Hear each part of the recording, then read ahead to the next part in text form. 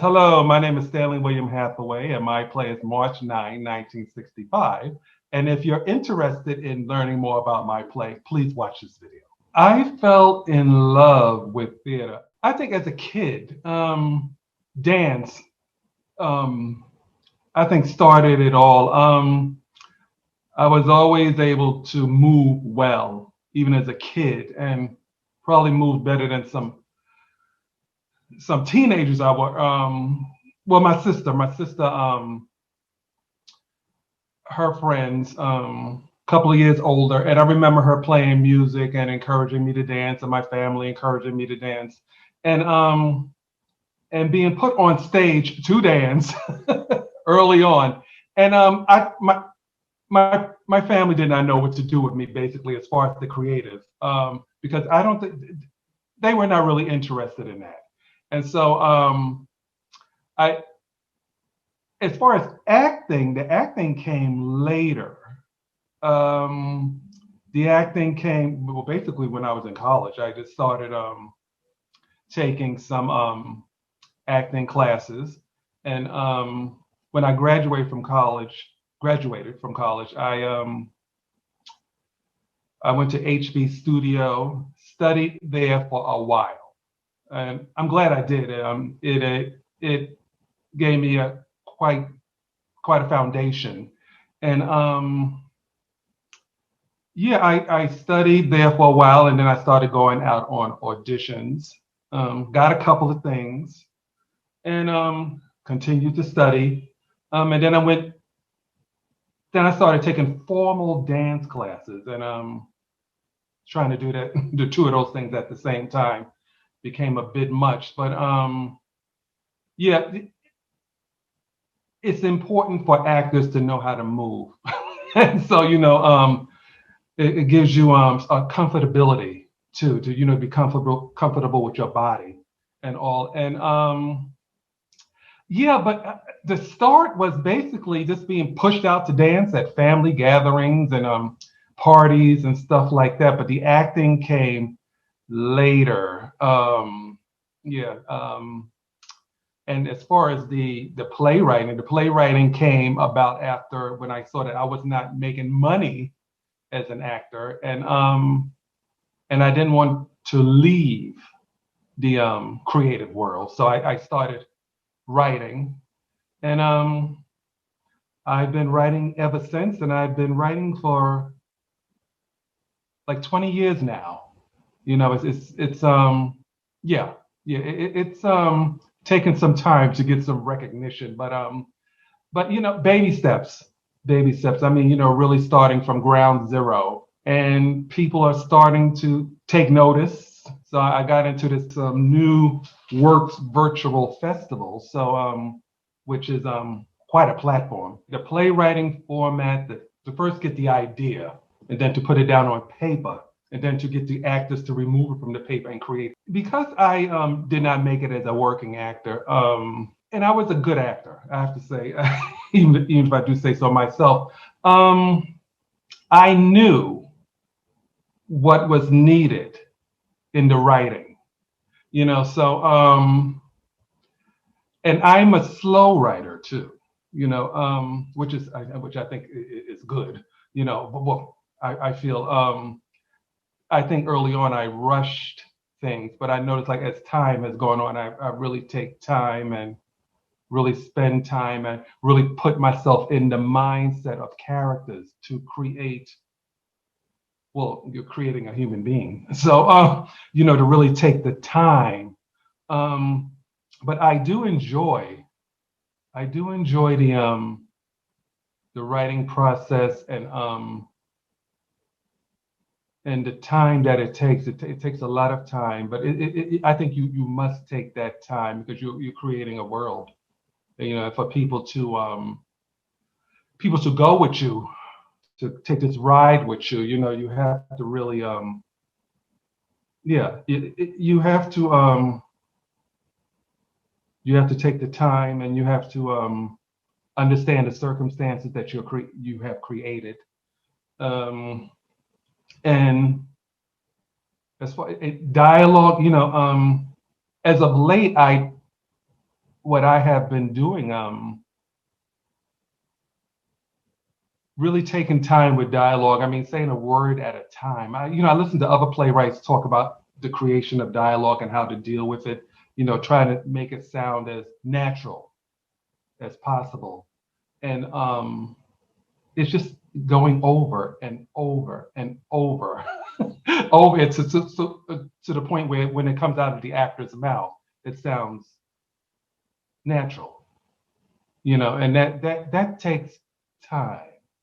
And also being as clear as you can, and also one thing I've learned, like get trying to get to the point, because I think many times when I when I'm listening to other, well, you learn so much by watching and listening to other playwrights' work, and listening to what may be a playwright who needs to work on something. It'll make you think about your work and say, oh, let me look at that again, and let me do also cutting. The cutting process is really quite something. To write something one day, one week, and then the following week you're looking at it and say, oh, this is extra stuff that's not needed, or I have to add something here, take something from there. So I mean, it's a building, it's a demolishing, So yeah, to finally get the process. The process is I try to write every day, try to work on something. As far as writing, I may just think about writing one day, or I may be thinking about a scene or a character, So yeah, but it's a lengthy process, but it's very worthwhile, and especially when it works. When you get competent actors to do your work, it's really quite something to see and experience. The idea for March 9, 1965, where did it come from? I always had a fascination with the South, and especially when I was little, seeing this footage of what was happening in the South, that really, touched me. It's, being African American, seeing my people suffer, really had a profound effect on me. And yeah, those times and the struggles, really struck a chord with me. And I went to the Voting Rights Museum in Selma, and looking at those pictures, and and right outside the museum is the Edmund Pettus Bridge. So I mean, I think I had to. It was no question. It was like I had this fascination, and there's so many stories. I mean, there's so much truth. I mean, and so I mean, there's so much to pull from there, to create from there, and it's been a long process because as I stated before, I take time, and so the first scenes that I wrote for March 9, 1965, it's coming up on 10 years. Between the idea and putting the ideas down on paper and trying to create scenes and trying to get a story.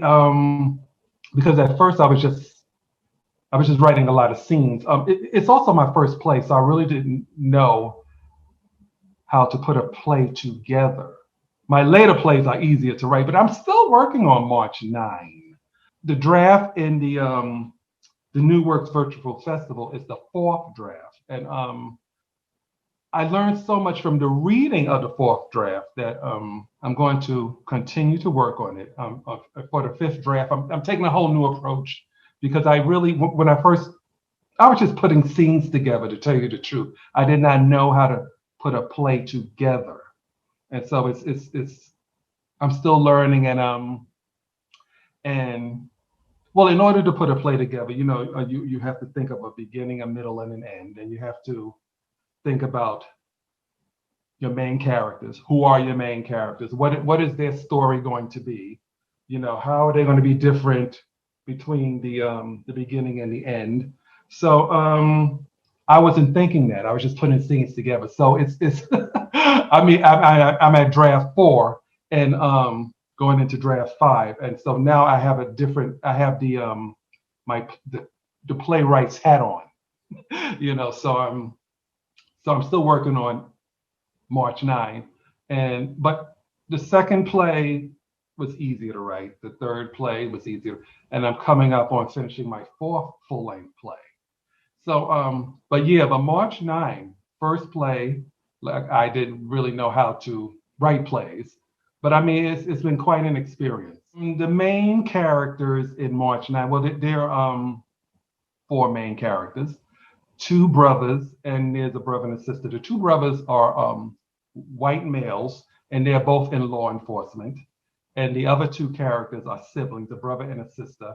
And one brother is having an affair with the female, and the other brother is having it's in a relationship with the male. So we have the heterosexual relationship and we have the homosexual relationship. And yeah, I mean, you just gotta imagine at that time, the 60s, these 2 couples getting together. They get together at the there's a cabin on the farm, which is owned by the 2 brothers, the 2 white brothers. And I have to say, the brother who was involved in the gay relationship, his brother does not know. In other words, the gay relationship is secret.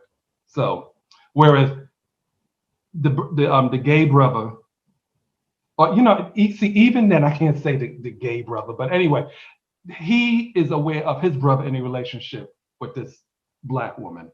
But the Tim, who's in a relationship with Mary, he does not know that his brother's in a relationship with Bryson. I'll put it that way. Yeah, and I mean, even I'm thinking about, I saw the Bryson character as the main character, but the Bryson character, who's the black civil rights worker, I saw him as the main character. But working on these drafts, it has revealed, I have discovered that he's not the main character, that it's Tim, who's in a relationship with Mary. So and his trajectory is what the Tim Mary characters are, the characters that I'm going to focus on for the 5th draft. There are many characters in this play. There are many stories, and I have to say that the 4th draft, which is very scaled down from the 3rd draft. The 3rd draft is my favorite draft because I was able to tell more story, but see, I'm still learning. As I'm talking to you, I'm realizing I'm still learning about this play. But yeah, it takes place in the 60s. The civil rights movement has come to town. It has, and it's changing the relationships. Whereas the white characters are losing control, and the black characters are gaining control of their lives. And so that's a large part of the conflict. Yeah, it's been interesting over the years to hear, because it's been a lot of scenes read, in before audiences of white people, before audiences of black people, and the different talk back that I've received. which has been very interesting. And this story, it's still being revealed to me. It's basically these four main characters. The civil rights movement has come to town, and it is changing the dynamics in these relationships. What do I want the audience to get? Wow, it's a story that holds their interest.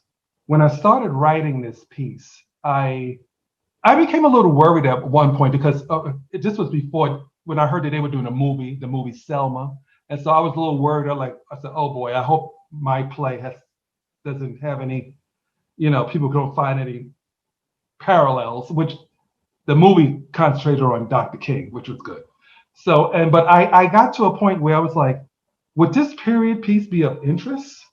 And it's so funny because then Barack Obama became president. I mean, it was really a lot of stuff happened during the writing of this play, and then then I mean where we're at now, where it seems like race is just so there all the time. But I was worried writing this play. Would there be an interest in it? And I hope it holds the people viewing. I hope they're interested in the play and interested in these characters. And also, it doesn't.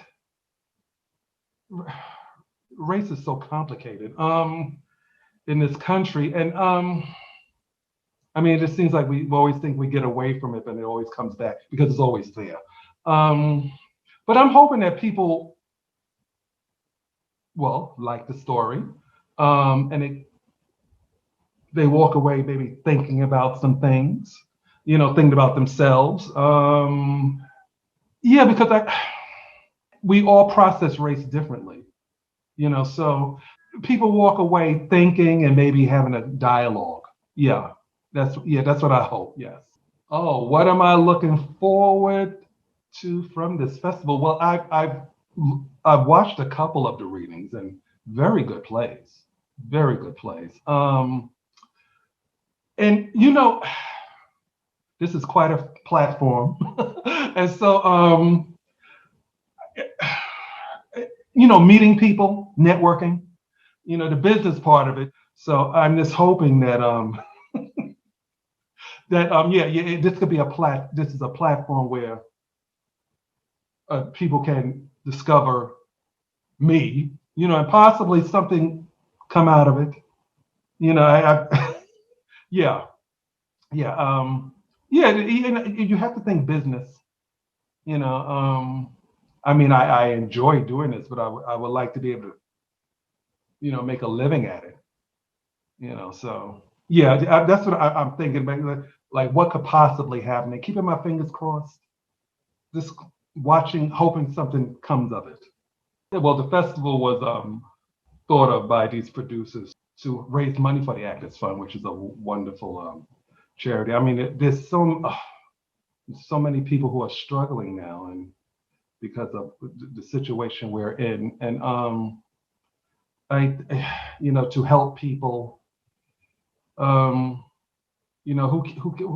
doesn't want to be involved with helping people, people suffering and trying to ease that suffering somewhat, but I'm very happy to be a part of this, and if people could get some comfort, this helping out. I'm very happy to be a part of this in this effort to try to help people out and bring a little ease some of the stress, but about why this is why this is being done to help people out. Why you must watch the festival. I hope that people are entertained, they enjoy it, they give to the cause, to the Actors Fund. My play, I think you must see my play to give you a different perspective on things. If it's maybe not something that you're thinking about at the time, to enjoy, basically, and to, I hope it strikes a chord. That may not have been my goal to strike a chord, but I mean, I'm just telling a simple story, and if it could bring some enlightenment to people, if a mind is closed, opening it up. People who may not have been thinking about it, and give them something to think about, give them something to talk about. Why is the Actors Fund so important for the community? Because the community is suffering. I mean, so many actors are out of work. I mean, in theater, we need for it to be profitable. You need people in there. You need to bring people in. And at this point in time, it's the exact opposite of what it's about, quarantining and people not getting together. So there are people whose livelihoods depend on the business. This, it's a business, and people's jobs. People are out of work. Money. I heard the story about many stories about actors working on projects, and then this happened. Then there's no project. People who have families. Which is across the board. I mean, so many people are suffering now, and they need help. So many people are facing evictions. I mean, this it's just this is a must.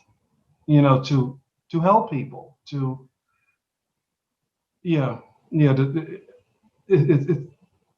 It's important. To help in this time when people's incomes have been cut drastically. So it's, if I could help in any way, of course I will. And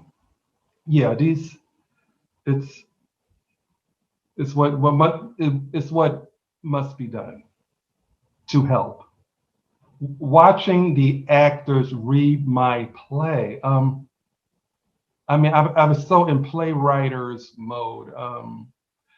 Wonderful actors, wonderful actors, and but I know where there are problems in the play, and of course they made it work.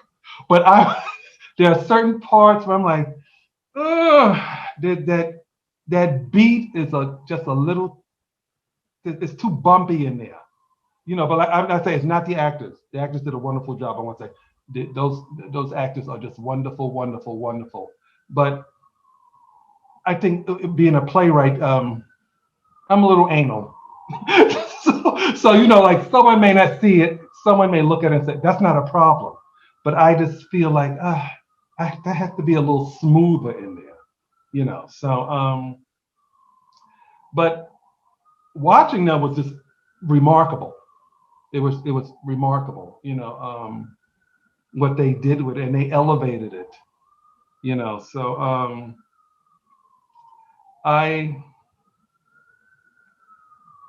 but it was something to see. I mean, I got a little teary-eyed, this and this this reading and this hearing,